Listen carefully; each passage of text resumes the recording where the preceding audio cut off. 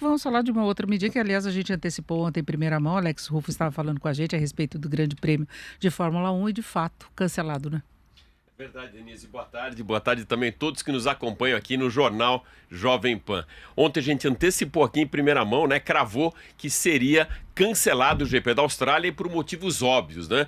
Aquele míssil que vinha contaminado com o Covid-19 caiu pela primeira vez na Fórmula 1, atingindo a equipe McLaren. Isso a gente já tinha comentado ontem. O que aconteceu de ontem para hoje, Denise, foi um passo além disso. Esse tsunami está derrubando, como aquele efeito dominó, outros grandes prêmios também que podem trazer um impacto financeiro muito grande para a categoria.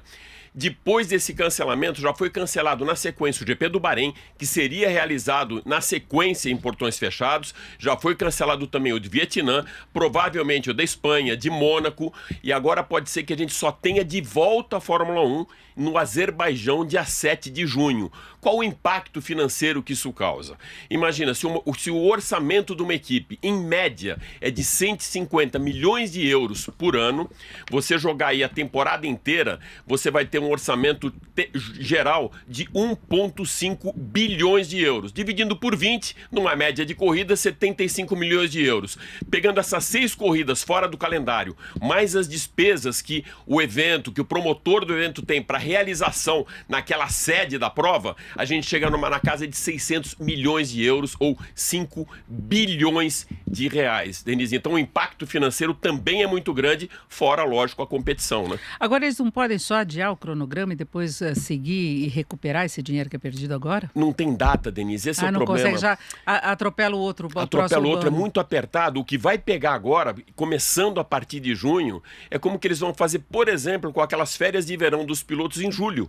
Isso já teria que ser cancelado. Não tem sentido você ter uma prova para começar o campeonato, depois mais 40 dias desse recesso de verão e dar sequência ao campeonato. Provavelmente o que vai acontecer é uma decisão dia a dia, mas na minha leitura, caso não diminua essa taxa de crescimento global do coronavírus, pode até cancelar de repente o da Azerbaijão, o de Monza, que é em setembro. Esse já é uma pedra marcada, imagina, com toda a crise do coronavírus que está afetando o norte da Itália e as maiores equipes, ou seja, todo esse norte da Itália, da Emília-Romana, acontece lá esse epicentro europeu do coronavírus, então mais um cancelamento que deve acontecer em breve.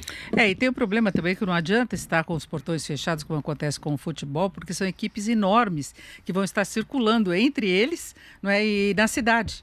Exatamente, cada equipe tem, na média, 60 elementos. Então, se você falar que são 10 equipes, estamos falando em 600 pessoas que chegam naquele local. O próprio Scott Morrison, que é o premier da Austrália, já tinha declarado que ele ia fazer um pente fino muito grande na chegada dessas pessoas todas, ou seja, do circo da Fórmula 1 e também dos fãs. Mas o que mais me deixou intrigado, Denise, é como uma equipe como a Ferrari, a própria Pirelli, que é fornecedora de pneus, e a AlphaTauri, que todos eles estão no norte da Itália, na região da Emília-Romana, eles conseguiram sair do país, mesmo com as determinações do primeiro-ministro italiano Giuseppe Conte, que não deveriam deixar aquela região, e com sanções que podiam ir de multas, a sanções econômicas, a embargos, enfim. Como que esses caras foram para a Austrália e só no dia do evento, a poucos minutos do primeiro treino, o primeiro treino livre, é que é decretado o cancelamento da prova. Isso realmente não dá para fechar a conta. A lei não é a mesma para todos, né? A determinação. É verdade. O Hamilton, Denise, ele comentou uma coisa muito interessante ontem,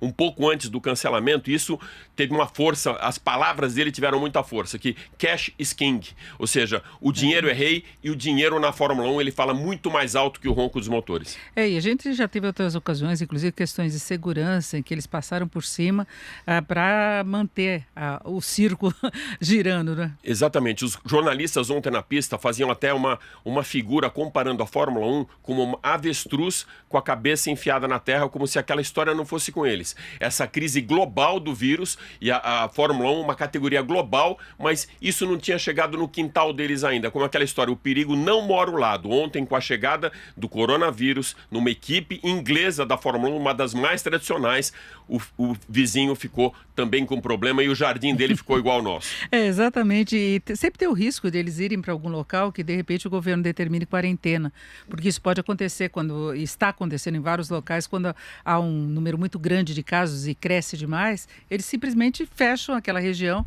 e fica mais complicado para sair do local, né? Exatamente, com a própria equipe McLaren, você falou de quarentena, um membro foi afetado diretamente com o coronavírus. 14 elementos estão em quarentena agora durante 2 semanas sem poder sair da Austrália. Isso vai acontecer agora também, como eu falei no começo aqui, como um efeito dominó.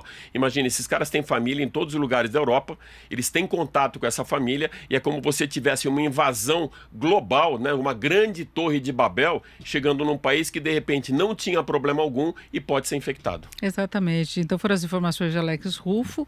Vamos continuar acompanhando os desdobramentos, são muitos aí na área do esporte, na área corporativa, eventos sendo cancelados, área artística também, festivais. O mundo todo está mobilizado para tentar barrar o avanço da doença, né? A gente sempre lembra que o índice de letalidade é baixo, é maior apenas para os idosos, mas é preciso tomar cuidado porque os sistemas de saúde não suportam a quantidade de doentes, porque alguns precisam de tratamento mais específico. Então Exatamente. Esse é o grande problema, não é porque todo mundo vai ter um índice altíssimo de mortalidade pelo mundo, não é isso. Os sistemas de saúde é que não estão preparados para uma coisa tão grande assim. Exatamente, Denise. É isso, Alex. Boa tarde. Boa tarde.